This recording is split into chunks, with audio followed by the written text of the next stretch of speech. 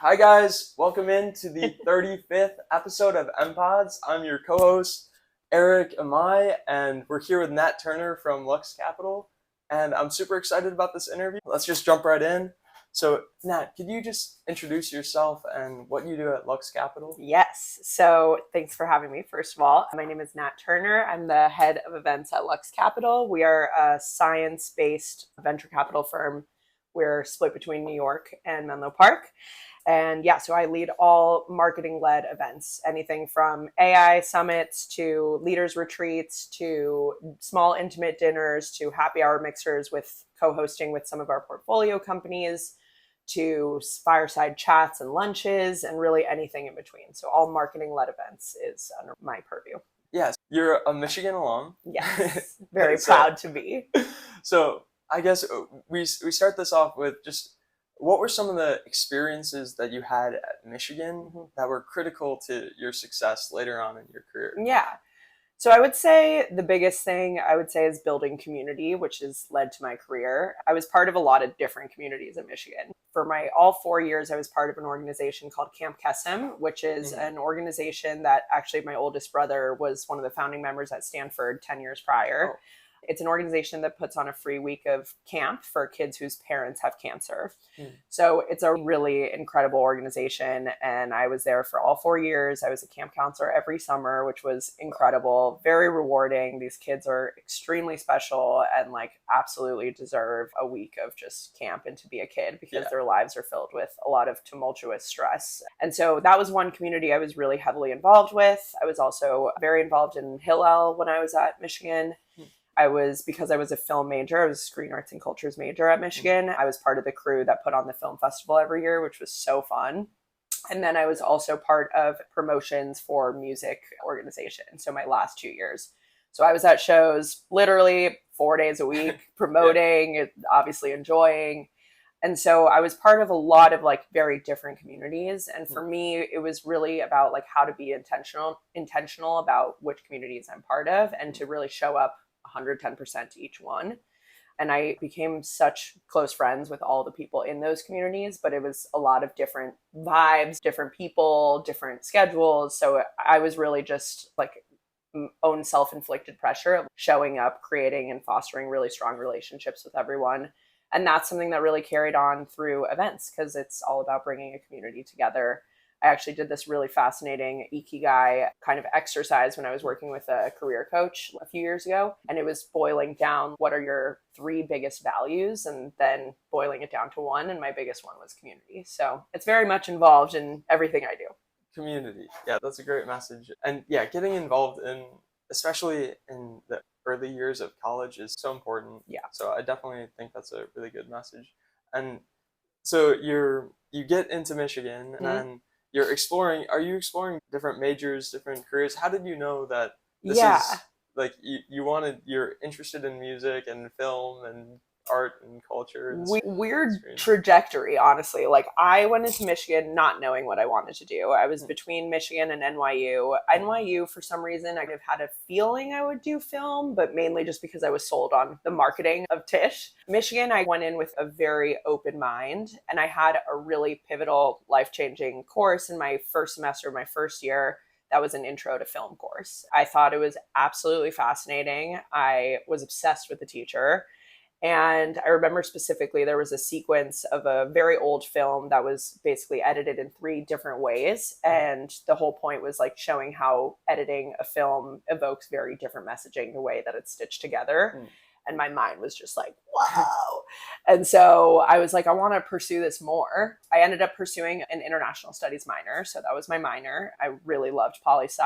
I have lived in Israel multiple times. I was really specifically interested in the Israel-Palestinian war and history and all that. And so I ended up doing that for my minor, but I just fell in love with a SAC class and then I ended up pursuing it and I went down the production route. So I thought I was going to be an editor for a very long time until music kind of swapped. So you went more on the production side and then can you tell us about some of the student films or student projects that you worked on while you're at Michigan? Some of the maybe a film or like a special production that you did. The one that stands out, we had to recreate a memory. I think it was like something like a very short film, but you had to recreate like one very specific memory. And so I chose to recreate the first time I got drunk, which was drinking Shabbat wine when I was like 10. And so I remember specifically like putting the camera on a spinny chair like this and just revolving like the camera faster and faster, and then I blurred it out in editing,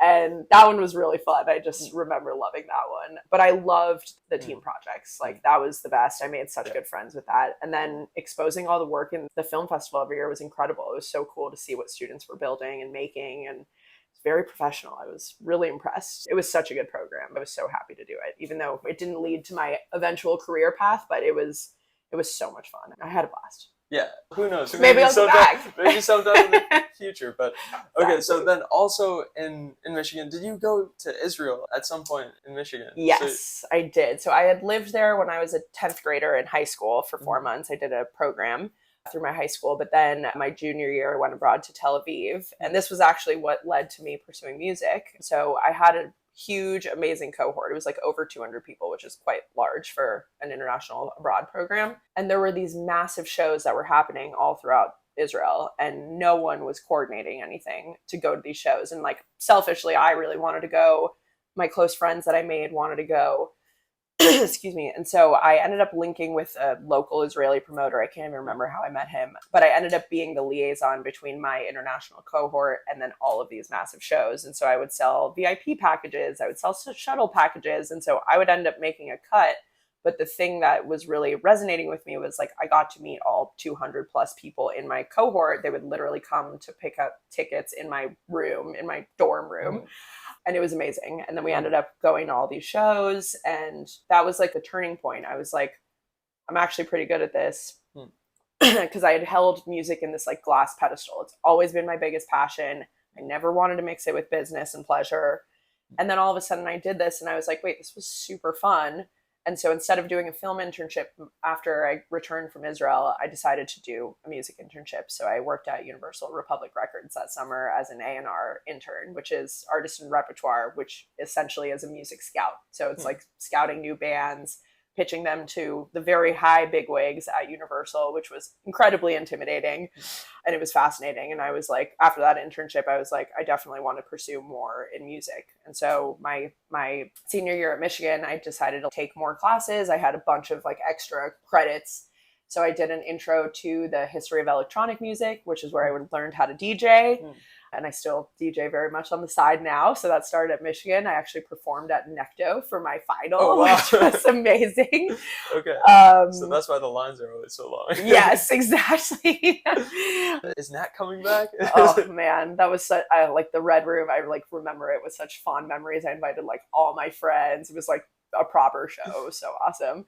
And so that was what eventually led to me in pursuing music. I graduated Michigan with my film background, but I was like, I think I just want to actually tap into this. And then I started working at CAA, which is one of the biggest agencies in the world, right after I graduated. So that's what led to it. Yeah, that's a great segue. So you graduate from Michigan and then you start working at Creative Artist Agency. Yeah, nice. Right? Yes. And you're organizing these huge tours for people like Lipa and Lana Del Rey. And can you tell us about that experience of going back to Los Angeles after and starting your career off, leaving Michigan, and those first couple of years outside of Michigan?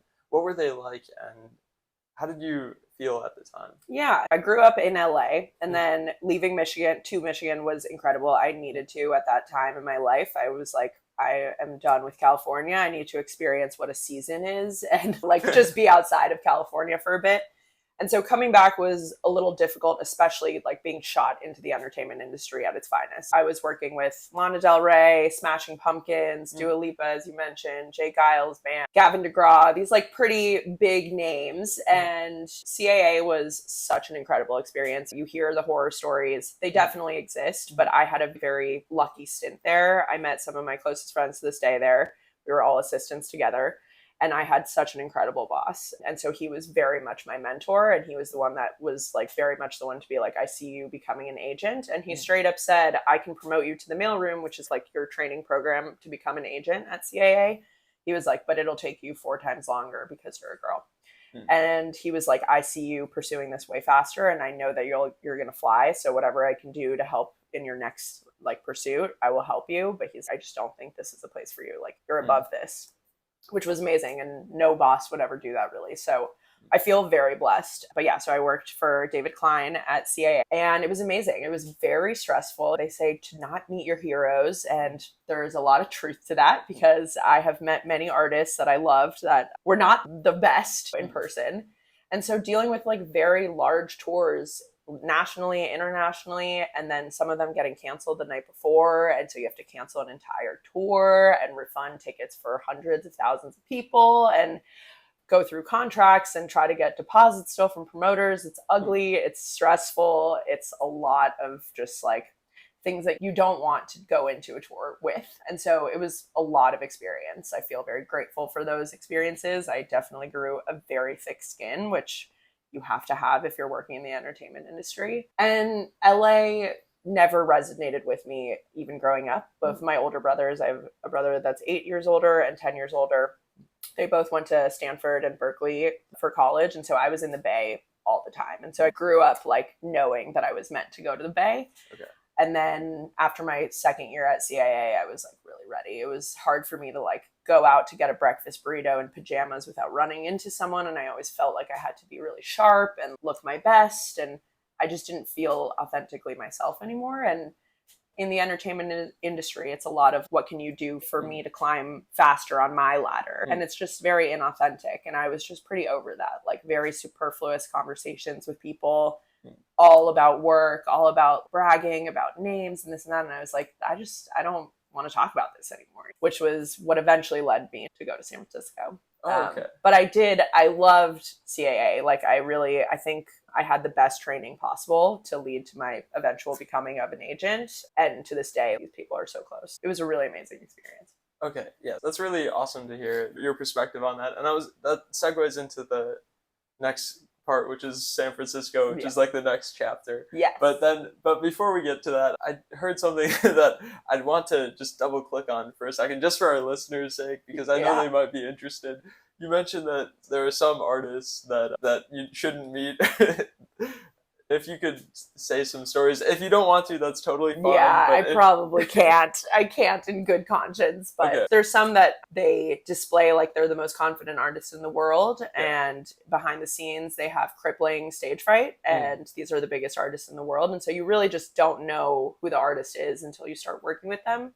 And everyone is struggling with something very different. And then some people have a really great head on their shoulders. And I've especially learned this with DJing because the party scene is much more prominent there, I would say, which you're crossing continents all the time. Like literally within a weekend, you can cross 2 continents, no circadian rhythm. You're playing at ungodly hours. You're definitely never sleeping. And so this leads to a very dangerous lifestyle, which I have been privy to witnessing for many years. And when you do see a DJ who is either like pursuing sobriety or focusing on having a rhythm routine every time they travel, those people I think are the ones that make it, because otherwise it's a very dark industry. And you don't see that when you're just like going to a show. Avicii is a perfect example. You think it's so glamorous, but behind closed doors, it's like a really toxic environment. So yeah, there's just a lot that goes into play of who an artist is like behind the scenes. Yeah, that's very fascinating, because when you're working with these artists at CAA and when you're working with these artists really throughout your career, you're working with a very select section of the population that's on the total extreme of total extremes of not only what they're putting themselves through on a work basis, but also at the very extremes on a creative and personality type basis. These are very extreme people. So it must be so fascinating to see all the different stories of for the sure. people. And I will say that a fun story is that when Dua Lipa, we signed her because of her management firm, which is the same as Lana Del Rey's. So it was really a management relationship. And I remember her walking down the hall, like into my boss's office. And she was like so young at this point, like 16, still beautiful, had so much presence already. But this is way before she blew up. Yeah. And I just remember her coming down the hall. She was the loveliest, sweetest girl.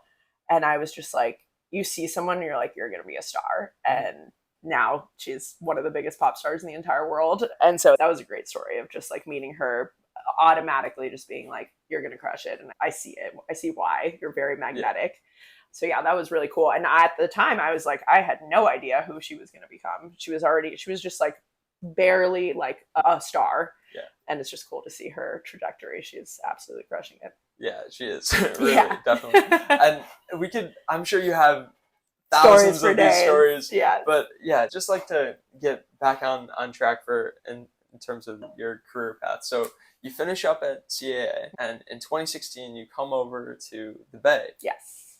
And you mentioned that the Bay was calling you for your entire life, which I thought was interesting because as an artist, typically people think of LA, the art, party, music, Hollywood, just all this, and then the Bay is tech, maybe some finance centers, but mostly technology, large tech companies, startups. Yep. What was calling to you from San Francisco? Because it seems counterintuitive coming from a screen arts and culture major. Yeah. No, that's a very fair question. I think I just knew that I was going to figure it out. And my first objective was just get there. So it was very serendipitous timing. I had gotten in a really bad car crash in LA, totaled my car. Then my one of my best friends from Michigan, who was already living in San Francisco, told me that a room was opening up in her apartment. This was literally like in the same week. And I was like, okay, if this isn't a sign that like I totaled my car in LA and there's a room opening up in SF, I was like, I don't know what else is a sign. I have to go. And so my time in LA was done. And so I moved in with her. And at the time I got a job through my sister-in-law, who has been working in the sports industry for forever. One of her colleagues was like the head of this company called GMR Marketing, an experiential marketing firm specifically for the sports industry. And so he gave me a job. It was basically in the in-house consultancy at GMR. And so my first day on the job was working the Super Bowl, which was hosted in San Francisco in 2016. Wow. Very intimidating, as you can imagine. And I was just like, what am I doing? I don't know sports. I don't know what I'm doing here. It's my first week in the city. So overwhelming, but he was wonderful too. So a really great boss. Eventually I was working on a lot of stuff for him in the in-house consultancy. They sent me to the Super Bowl, which was hosted in Rio that summer. And so I spent almost a month down there, which was really like a crazy experience. Obviously very cool in some ways, got to attend a few of the events, but from a logistical perspective, which I was organizing the logistics for the C-suite members of GMR visiting for the Olympics, an absolute shit show to put it lightly. It's Brazil, it's 2016. There's not a lot of infrastructure in place for actual like driving paths and flight paths and all these things. It was very complicated. Also a huge language barrier. My family is from Uruguay. Spanish is my first language. And even in Spanish, I couldn't communicate. It was very complicated. So unfortunately, I look back at that experience in a very negative light. It's actually like blocked out of my head because I was very stressed and very alone.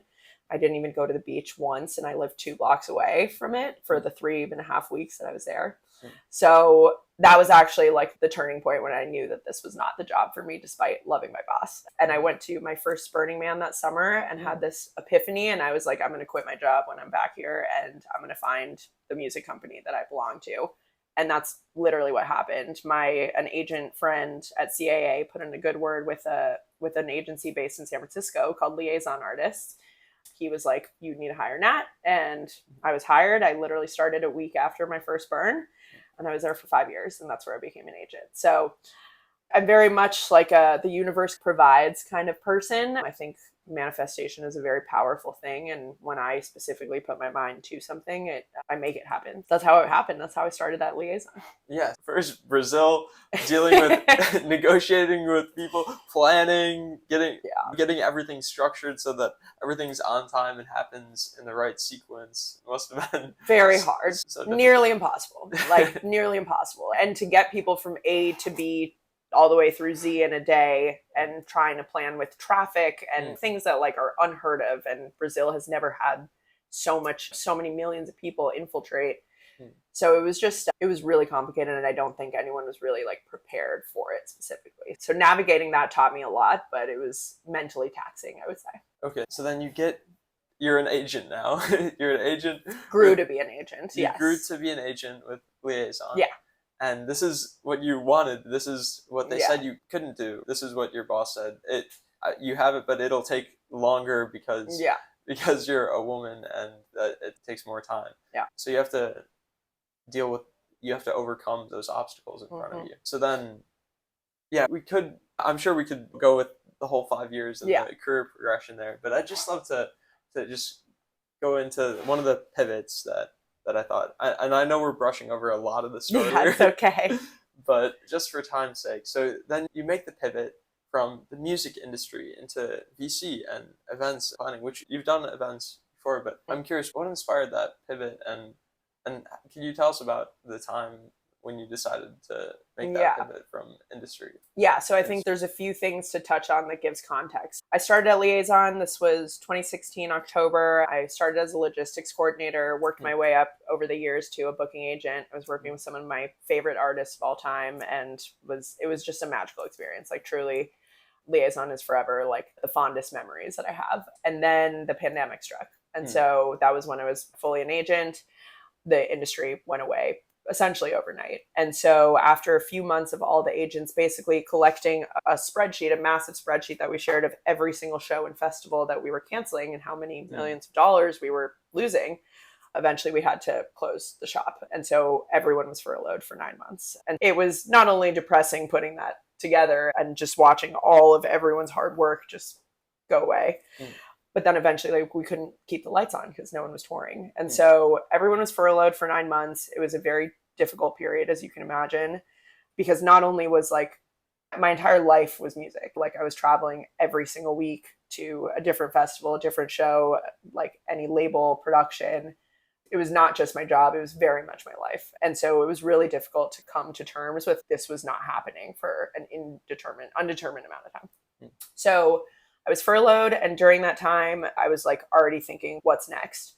During that time, I connected with someone who worked at Pollen, and Pollen was at the time a startup that was putting on international music festivals. And I was brought back to Liaison, but at the same time, like in that last month, I was offered a job at Pollen as a booker. Basically, I gave my notice at Liaison. I gave a month notice. It was very difficult. It was very difficult calling my artists and telling them I was jumping ship. But that time was crazy. It was 2021 and just the world was on fire. And so I jumped ship to Pollen as the booker for the electronic music experiences. And so at that time, I was booking like some of the biggest festivals, like in the world, hypothetically. A lot of them were canceled because we were still in COVID and a lot of different things. Fast forward a year later, Pollen ended up becoming like a Fire Festival level scam, fully closing. It was a very difficult time. And so I thought I already hit rock bottom in the pandemic during the furlough, but this was like a different level. I was questioning my identity, why I was even in music, what I was even doing here, like very taxing on the mind and the body and like the soul. I was just like, this is what I've known. I'm very good at my job. I've booked some of the world's biggest lineups now. Like I have that to show for, and doors couldn't open. The worst one that I was part of it's called Departure. We did it in Playa del Carmen. I booked 100 of the biggest electronic acts in the world, many of which were our previous clients at Liaison, or my previous clients at Liaison, and we couldn't open at doors. And I had brought many friends down there. There were several thousand people there. And I literally had to call every single one of my old artists, and including my old bosses at Liaison. And I was breaking down on the phone. I was like, this is mortifying. No, I've put literal blood, sweat, and tears into this festival over the last several months. and we can't open doors. And so that repeatedly happened at Pollen, which eventually culminated in its demise. And so when that happened, I was like, I need a pivot. I couldn't do it anymore from a mental health perspective. And so it was at the time the most difficult decision I'd ever made, because it was really, I was having an identity crisis. But I'm really happy I pushed through, because I've achieved a level of balance now in my life that I never thought was even possible. I was like, everyone has a terrible life. Everyone has a terrible job and you soul sucking. But now I'm like, not everyone does. I think entertainment industry people do. And everyone else is like able to figure it out. So that's what ended up leading to my pivot. Yeah, that's really hopeful and optimistic too, that you found the balance in what you do. And that also must be really difficult to organize all the artists, get all the logistics in order, get all the electronics and equipment in place. Stages, production, photographer, everything was ready. And then doesn't happen. And then it's just shut down because of COVID. So that must be really tough.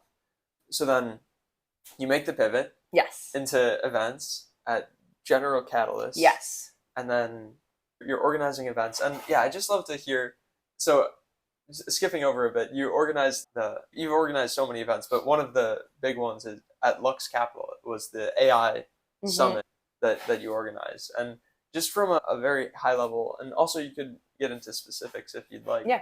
What makes for a great event? What makes for an excellent event? And what do most people get wrong in the events planning industry?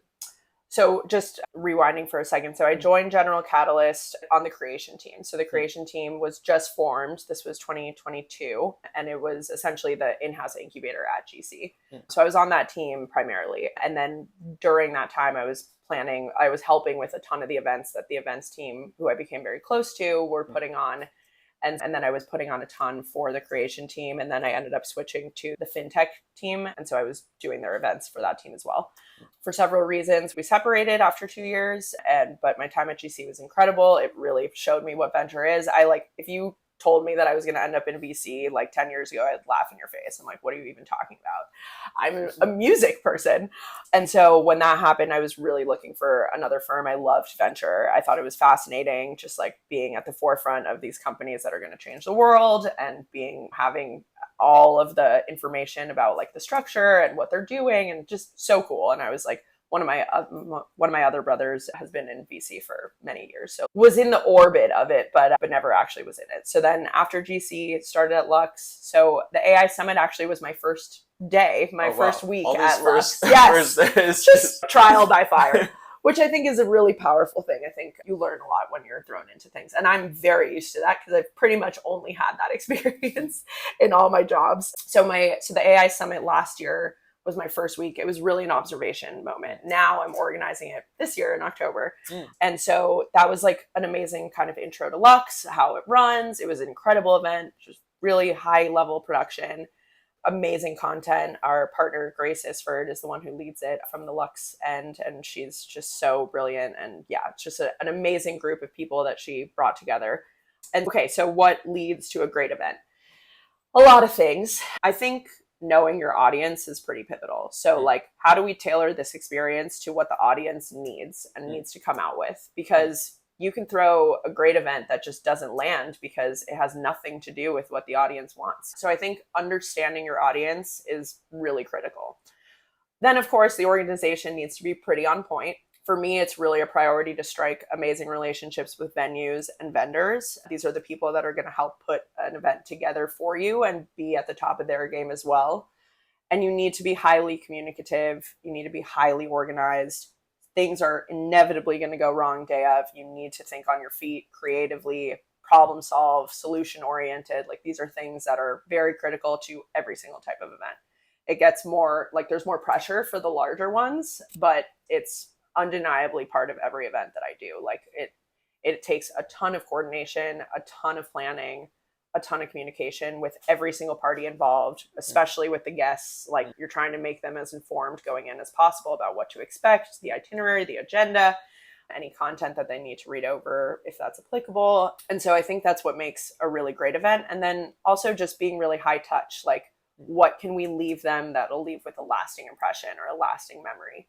It could be a really cool activation that they'll never experience at another event. It could be a really mind-blowing venue. The food can be incredible. It really depends on like the structure of the event. But for something like an AI summit, it's really driven by the content. So who are the speakers that we're bringing in? Who are the panelists that are coming in? What questions are they asking? So it needs to be really rich content. So that's what I think makes a really good event. What makes a bad event? Things will go wrong. I feel very lucky that I haven't had a bad event in VC.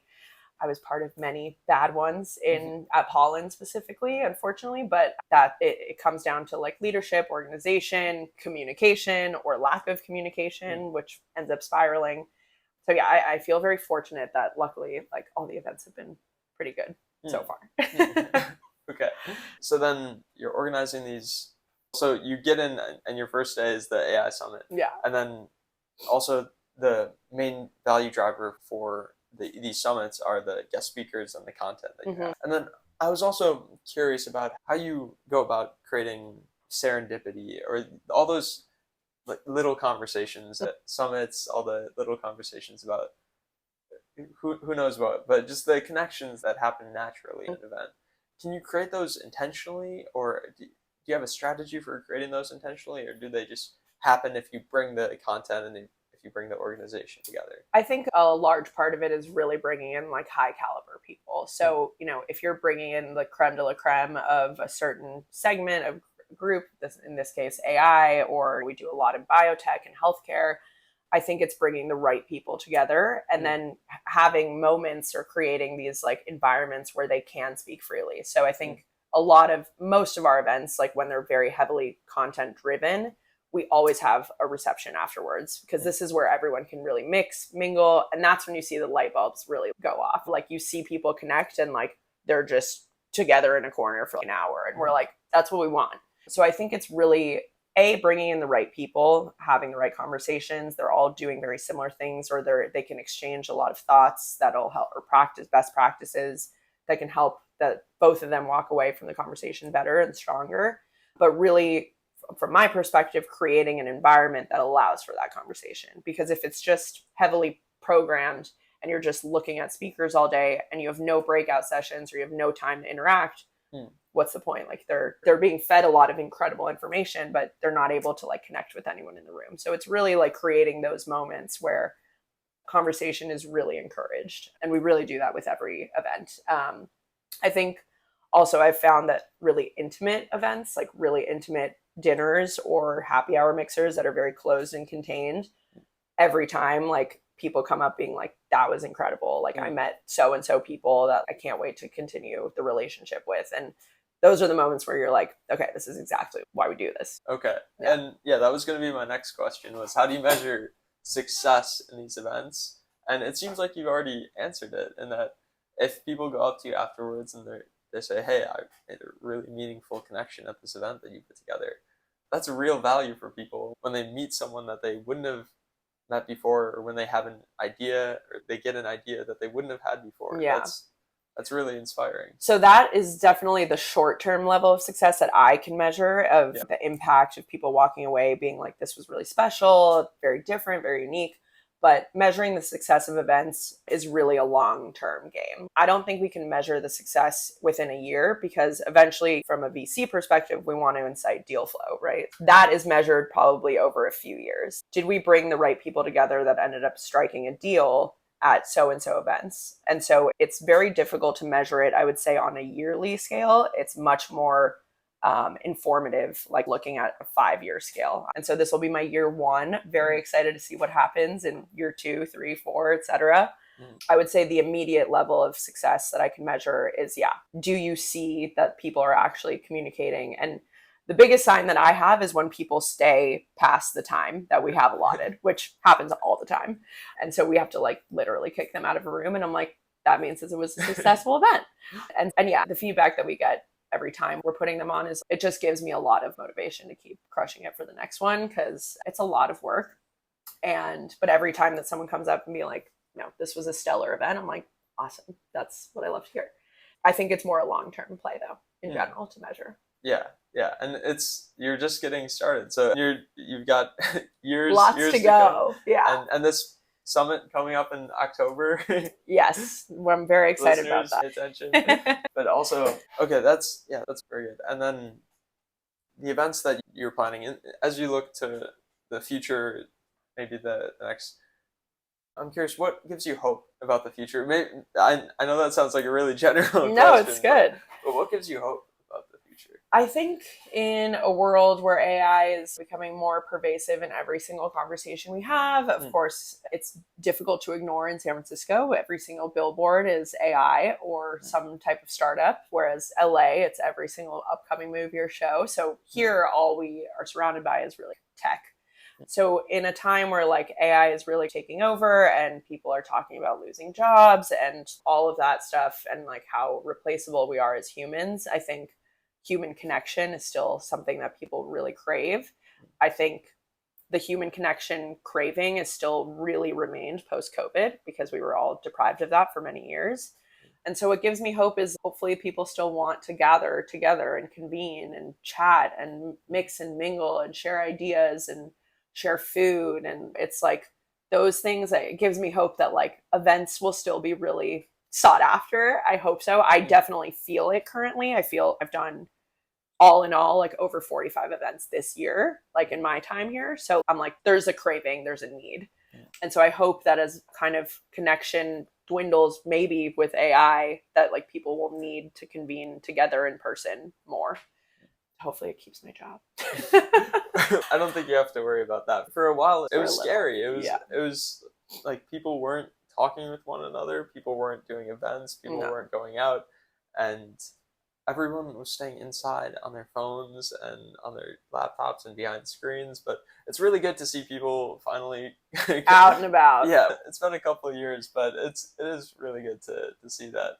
So that gives me hope too. And the world definitely needs better events, needs more human connection always. Yeah, that's really inspiring too.